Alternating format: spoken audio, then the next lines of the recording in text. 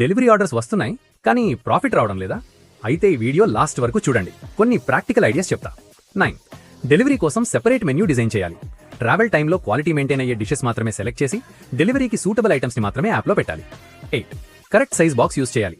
Packaging కాస్ట్ని ప్రైస్లో include చేస్తే ప్రాఫిట్ మార్జిన్ సేఫ్గా ఉంటుంది. 7. డెలివరీ పీక్ అవర్స్కి simple and fast moving items మాత్రమే మెయింటైన్ చేయాలి. రిపీటెడ్ కంప్లైంట్స్ వస్తున్న ఐటమ్స్ని రిమూవ్ చేస్తే డిలే అండ్ కస్టమర్ కంప్లైంట్స్ తగ్గుతాయి. 6. యాడ్ ఆన్ ఐటమ్స్ పుష్ చేయాలి. Extra dips, drinks, dessert suggest చేయండి. స్మాల్ యాడ్ ఆన్స్ కూడా బిగ్ ప్రాఫిట్ క్రియేట్ చేస్తాయి. 5.